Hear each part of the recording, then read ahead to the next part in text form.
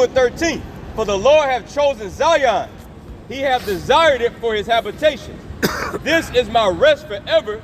Here will I dwell, for I have desired it. Yep. So the Lord is going to continue, right, to dwell with his people, right? His people, all right? And that's not going to happen until, in its fullness, until we are brought back into the land of Israel, you know? Galatians 4:26, but Jerusalem, excuse me, it says, but Jerusalem, which is above, is free, which is the mother of us all. So, you know, they try to say the motherland is Africa. The scriptures that said Jerusalem is that main land, man. Where all, you know, the richest, you know, land on the face of the earth. I can also add, that proves in the book of Galatians who Paul was writing to, who those Galatians were. All right, because Jerusalem is not the mother, right, or the Moabites, or the Edomites, you see? So Jerusalem is the mother unto the nation of Israel, man. We can jump back to Deuteronomy. Come. Deuteronomy chapter 30 and 1.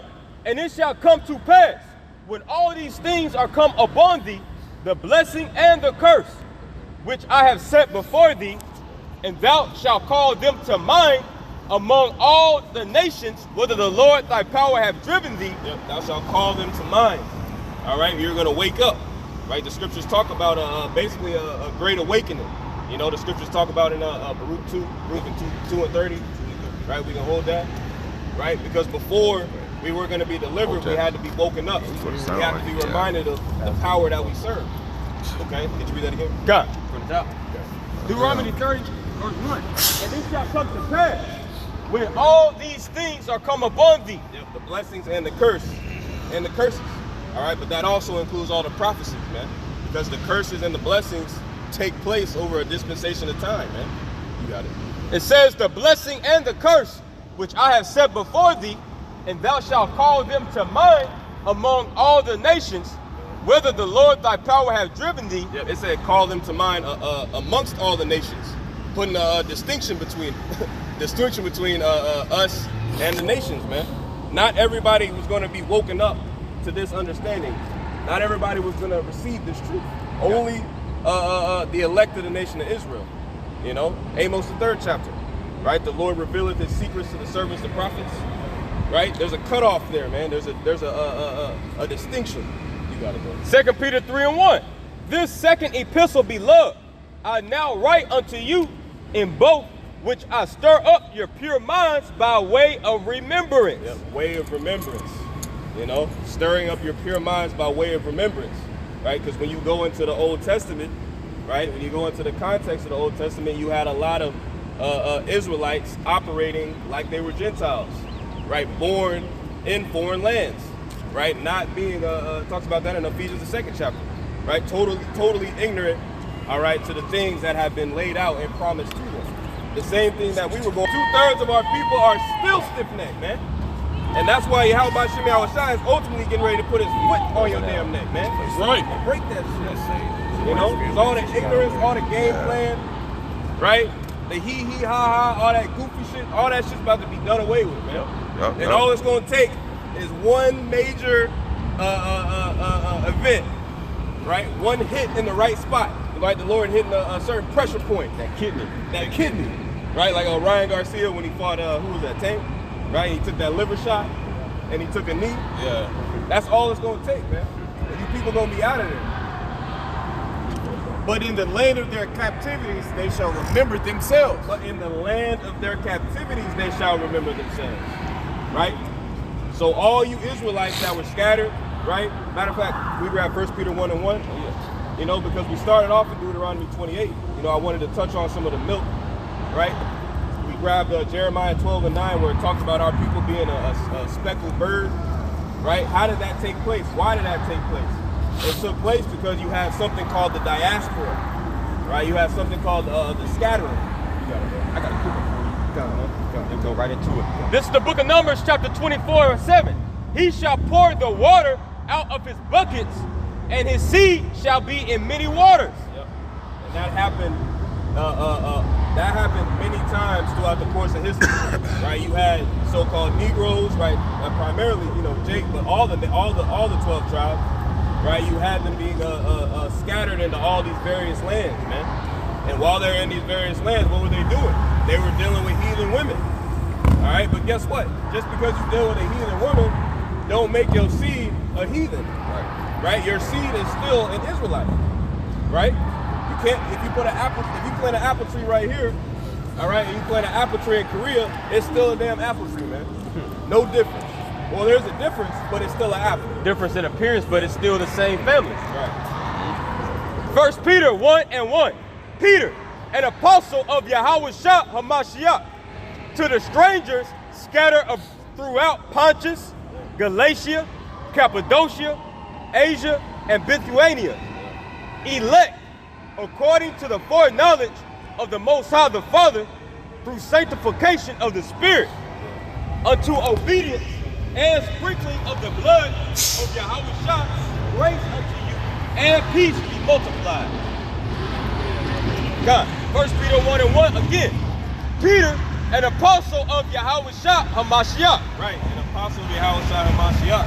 And an apostle means one sent forth. You got it. It says, Peter, an apostle of Yahushua HaMashiach, to the strangers scattered throughout Pontus, Galatia, Cappadocia, Asia, and Bithynia. Right, talking about Israelite foreigners, right, scattered in the various lands. Right, we can grab Acts the 2nd chapter. Right, just because they're being identified as strangers does not mean this is talking about actual heathen.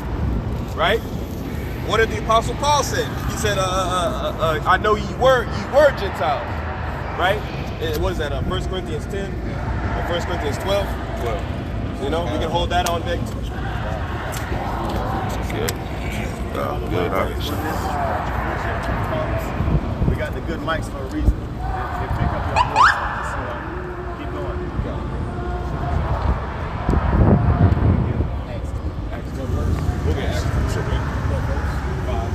Acts 2 and 5, and there were dwelling in Jerusalem Jews, devout men out of every nation under heaven. Yep, so you had Israelites out of every nation under heaven, right? Because by that time, you already had Israelites that had traversed all over the planet Earth. Yep.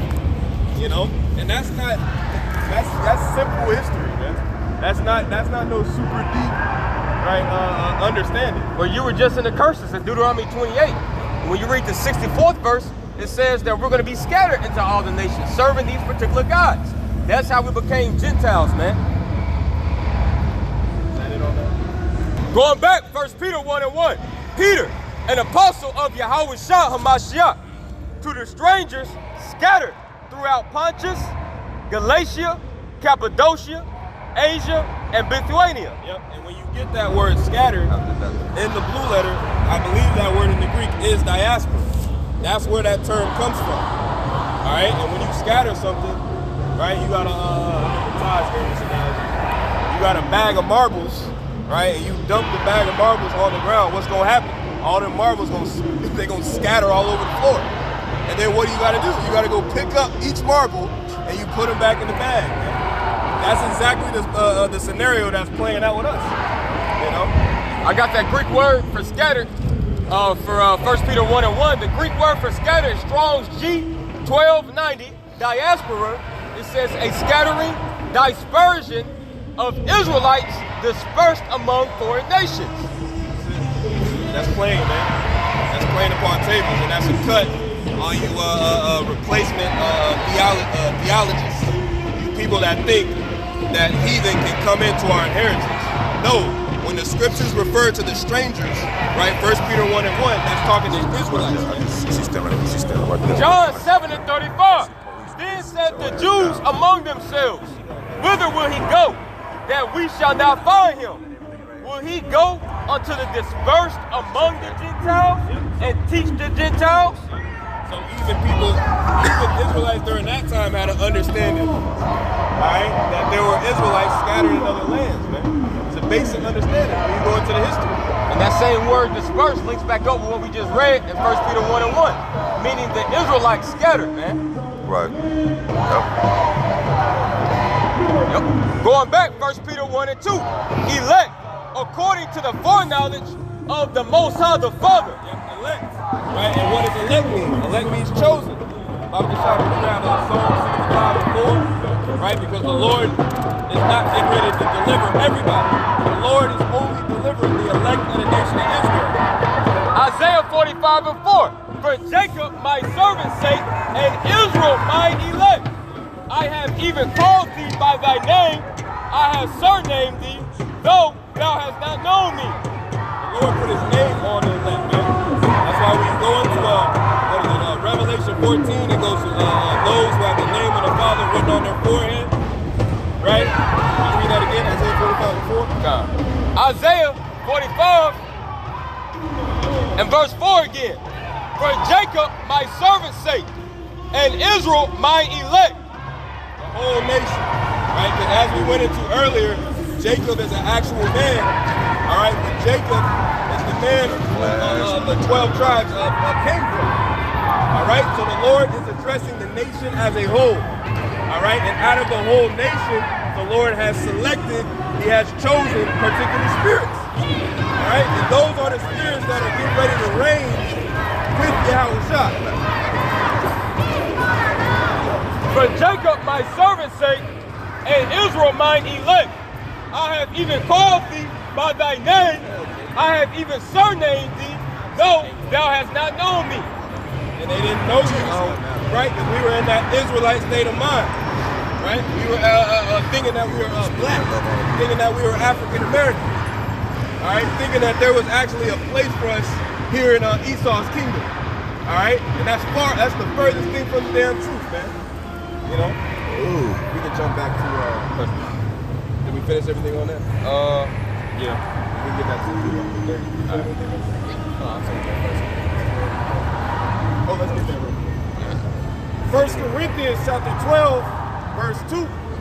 Ye know that ye were Gentiles carried away unto these dumb idols. Yet ye were Gentiles carried away unto these dumb idols. Right? Because when you go into idolatry, right? When you read the scriptures, that's not a light thing. Right? As a matter of fact, when we grab Exodus 20 real quick, that's one of the chief commandments. All right, not to serve other idols. And when an Israelite committed the sin of serving another idol, he was basically fucking abandoned. He was considered a heathen.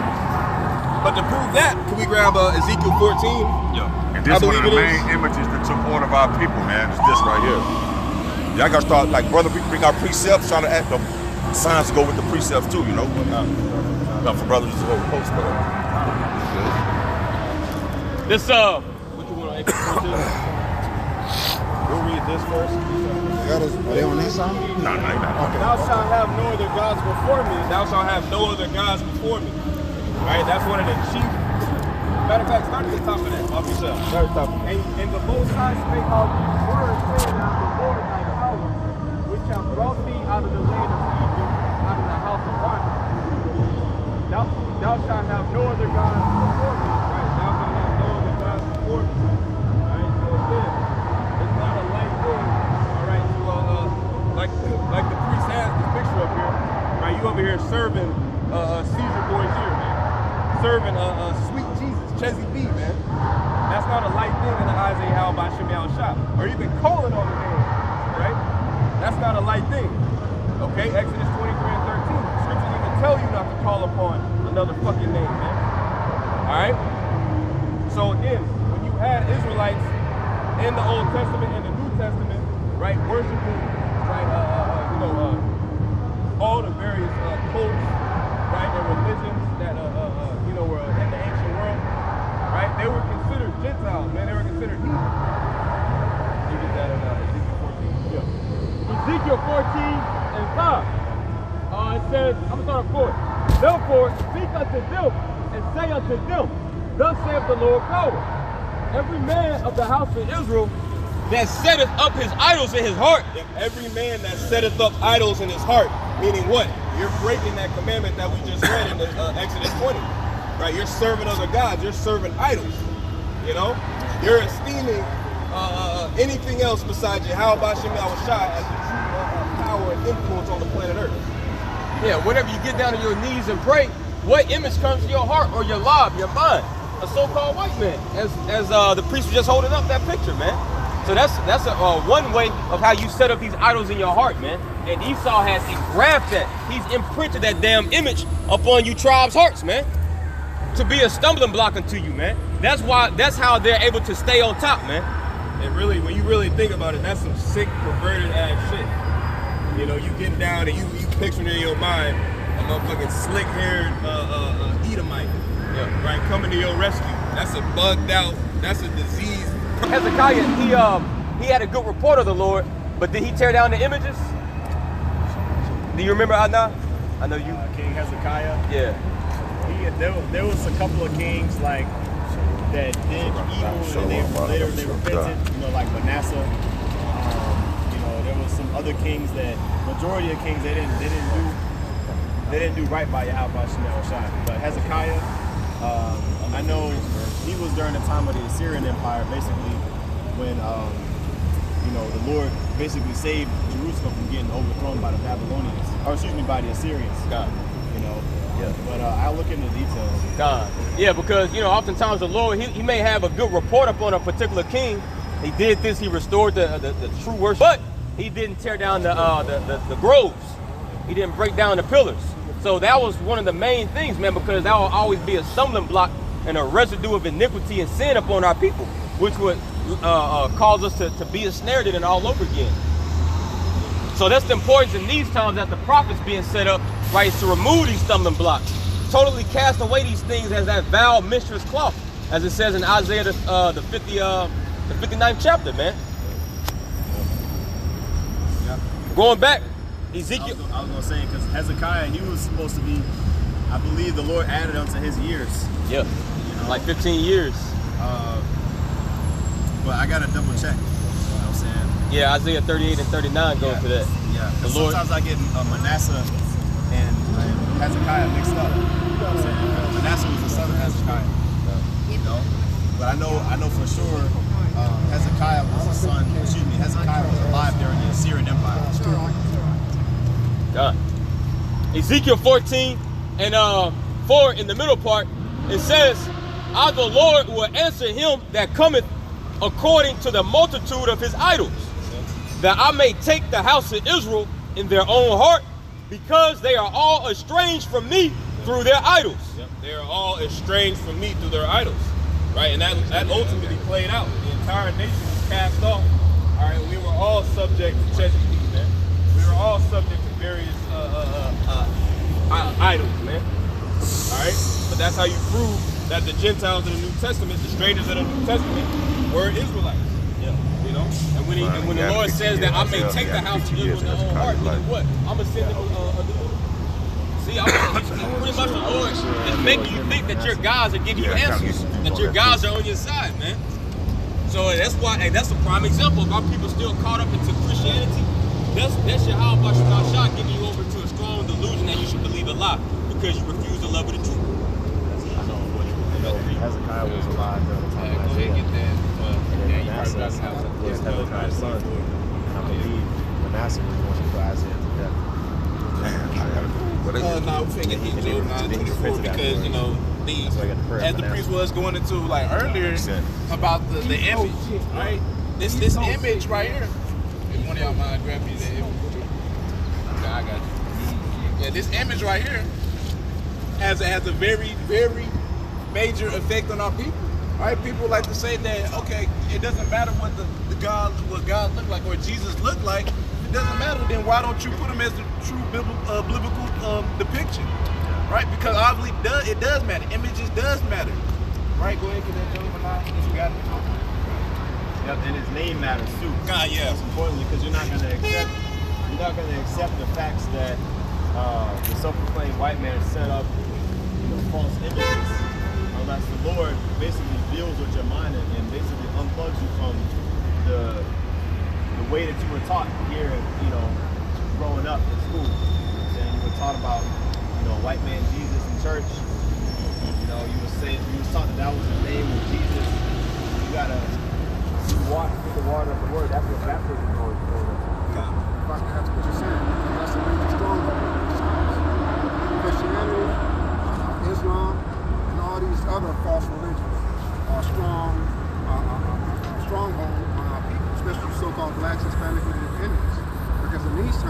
have no idea who you are, right? We tell you who you are, you see, but you have to come into the truth, as it says, what? John 4:22, Yahweh shall seek those that will worship in the spirit and the truth. The truth is in the scripture, not in the mouth of man that lies. Yeah, because you first have to, you have to humble yourself as a little child. All right, you gotta like the priest said, you have to literally undo everything you have learned in this wicked place, because ain't nothing been pushed forward to you but follow. All right, and it's starting simply with the image, let alone the name. Yahweh, He is, Ba'ashem, and the name Yahweh Shai, He delivered, He saves. Right, because them are the true biblical names. Because the scriptures goes into how His names can only be uttered in Hebrew. Yahweh and Yahweh Shai, them are the names in Hebrew. But you go ahead and get that. Job 9:24. The earth is given into the hand of the wicked. He covered the face of the judges thereof. If not, where and who is He? It tells you He covered the faces of the judges. Who are the judges? Yahweh Ba'ashem, Yahweh Shai. Right? Isn't that not a depiction of the so-called white man Jesus? Right? So-called basically Yahweh Shai. Right? When that's the true depiction. Matter of fact, we can go ahead. I'll hold it. But you go ahead and read it. I'm out. Y'all got second shift. Revelation chapter 1 and verse 13. And in the midst of the 7 candlesticks, and that 7 candlesticks are symbolic for those 7 trumpets. One like unto the Son of Man, the only begotten, clothed with a garment down to the foot. Alright, we have our garments and they run down. Alright, sometimes scriptures say they train them their garment. Alright, so he has a long garment on. Clothed with a garment down to the foot, and girt about the paps with a golden girdle. His head and his hairs were white like wool. And hairs on his face, as you can see in this depiction, were white like wool. Right? And wool is like sheep. Right, Yeah, sheep texture. Right, so like nice and like, what be like this brother? Right? I'm gonna get my He got the beard, the brother got the beard. Right? So it's not all noodly and stringy like that image right there. Right? So-called Jesus Christ. Alright. His head and his hairs were white like wool, as white as snow. As white as snow. Alright, so it's pure white. Right, keep going. And his eyes were as a flame of fire. His eyes is red. Why is his eyes red? Scripture goes into that his eyes is red because of excessive drinking of wine. Alright, he drank a lot of wine, which caused his eyes to be red. Keep on that time we're talking about wine bill. God, they did, yeah. And also, it's saying it's white as snow, because when you look at snow, it's snowed and then you wake up, when you go look at the snow, it like glistens. All right, because it speaks about how they will glisten. All right, the image of the heavenly is like a white, glistening white. All right, when Yahweh Shai took those his apostles, some apostles, and his figure got transformed, all right, before them, it was whiter than any earthly white could make, as the scriptures say. So I was just saying whiter than any. I got about 4 or 5 lessons. It was white, so the heavenly white is a different type of white. It's a way different level. About 3 or 4 lessons. I might try to do that soon. So it's a whole different level of white. Let me go mess right there. I'm gonna go over there and eat this shit, man. The white hairs represent wisdom. That's why when you get older, of course, there's a biological explanation. Yeah, I'm going right here, bro. Let's go over there and eat this shit.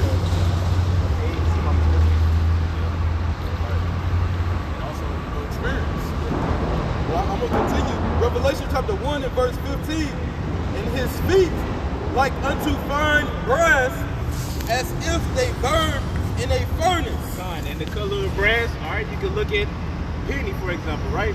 Penny, that's the color of a brass. What color does that penny turn when you burn it to a fire? All right, very, very, very dark. All right, he wasn't just black, right, completely black, but he was very dark. Right, as I said, as he burned in the furnace, so he had very dark complexion, right, which is clearly, man, within us going through this whole thing so far, it's already like clear as day. It's not this depiction right here, right, the so-called white man, right? He already said the hair is white as wool. They didn't get that white, right? It's not like wool. It's not white.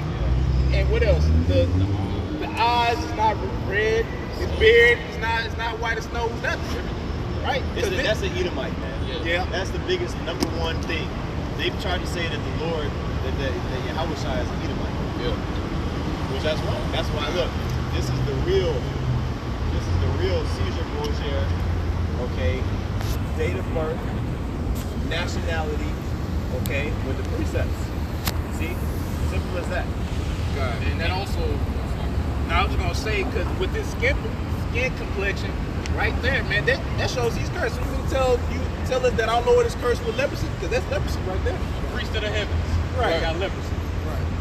Right. So like, hey man, like that right there. If you know them simple things, man, you'll know right off the jump. Like, okay, this nigga's lying, and that'll show you who runs the world as well, right? Because as we got in Job 9:24, right, he covered the faces of the judges. This is him covering the faces of the judges, right? So like the brother was going into earlier, right? How like when you say Jesus, you're gonna think about, oh, it's a white man, right? Because that's all that was going in your face, right? But it's like, you can go ahead and get your point, bro. First Maccabees 3:48, and laid open the book of the law, wherein the heathen had sought to paint the likeness of their images. So, like the priest is pointing to, he's that depiction of white Jesus goes back to Cesare Borgia and Serapis Christus, which they said the likeness of their images, man. And this was going into the Greeks, man. You see, which were Edomites. You see, This would be more on that Serapis Christus. Serapis Christus, right? So that's Serapis Christus.